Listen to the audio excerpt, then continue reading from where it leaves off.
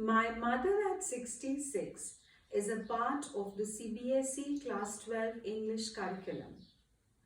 My Mother at 66 has been penned by one of the foremost English poets of India, Kamla Das, who was born in the Malabar area of Kerala in 1934 to learned parents.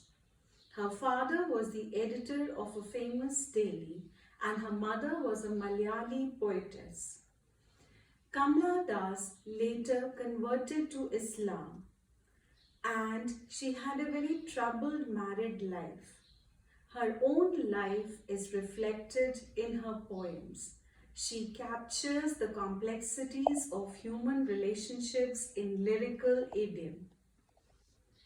My Mother at 66 is a very poignant and emotional portrayal of a mother and daughter relationship. In modern times, it is a hard-hitting reality that many youngsters have to leave their parents who are old and feeble in search of greener pastures. And they go with this guilt of leaving their parents behind. Now, I'm going to read the poem and then explain it to you. Driving from my parents' home to Cochin last Friday morning, I saw my mother beside me, doze, open mouthed, her face ashen like that of a corpse, and realized with pain that she was as old as she looked. But soon put that thought away and looked out at young trees sprinting and merry children spilling out of their homes.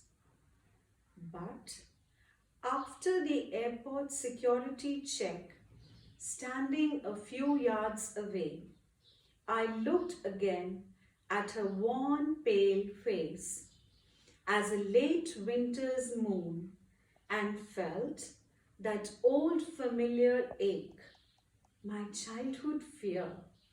But all I said was, "See you soon, Amma," and all I did was smile and smile and smile. As we can see that this poem is a single sentence presentation punctuated by commas, and it brings out the complexities of human relationships. Now, the poet was coming back from her ancestral home to the Cochin airport to catch a flight. Her mother was sitting beside her in the car. The image of her mother's pale, dull, almost lifeless face pained her deeply, and she has compared her mother's face with that of a corpse. Now a corpse is lifeless, it is inert, inactive. Similarly, her old mother was also inert, passive, lifeless, very feeble, old, and she looked very exhausted. Now, with this image in her mind, she was very pained, and the childhood fears of losing her mother to death or due to separation resurfaced. They resurfaced to haunt her, to torment her, and she could not afford to leave her mother on this note. So she looked out of the car window and looked at the merry trees, merry children spilling out of their homes.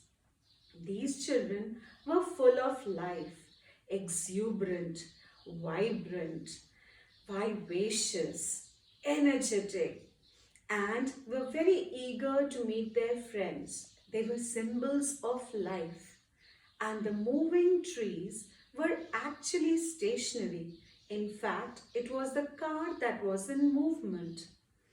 Now, these happy images, these positive images of life helped in driving away her blues momentarily, and she got some respite. But when she reached the airport and she saw her mother beyond the fence, but when she looks at her mother on the other side of the fence at the airport, bidding her adieu, the childhood fear of separation, of losing her mother to impending death, comes back to haunt her, to torment her, to torture her. And looking at her mother's condition, she is reminded of the lusterless, pale, dull winter moon. Because in winters, the moon is often shrouded by clouds, it loses its shine. Now, the poet doesn't want to leave her mother on a sad note, on a very pessimistic note. So, she bids her adieu, she bids farewell to her mother by saying, "See you soon, Amma," to console her mother and to reassure her that perhaps all would be well and they would meet again very soon. And all she did was smile and smile and smile. This was to hide her own guilt and her own inherent fears. I hope you've understood the poem, and now I'm going to explain the word meanings to you. The word doze, it means sleeping lightly. Very often, elderly people are ill and exhausted and they go off to sleep very soon. Ashen. Ashen means colorless, of the color of ash, dull or very pale. A corpse is a dead body. Sprinting means running. Wan is colorless or pale. And now I am going to do the figures of speech with you. In this poem, there are two similes.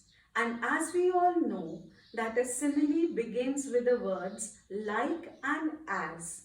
So the first simile is her face ashen like that of a corpse. Ashen like that of a corpse. And the second simile is as a late winter's moon. So in both we can see that her mother's face has been compared to something else. Now, the second figure of speech is personification. Young trees sprinting. Now, an inanimate object has been given the qualities of a living being and the young trees are sprinting. So this is personification. Now, the third figure of speech is contrast. The poet has contrasted her mother's face with the happy images of the children and the trees sprinting, which are symbols of life. And the last figure of speech used in the poem is repetition. Smile and smile and smile. This has been used to reassure her mother and to console her that all would be well and they would perhaps meet very soon. Thank you.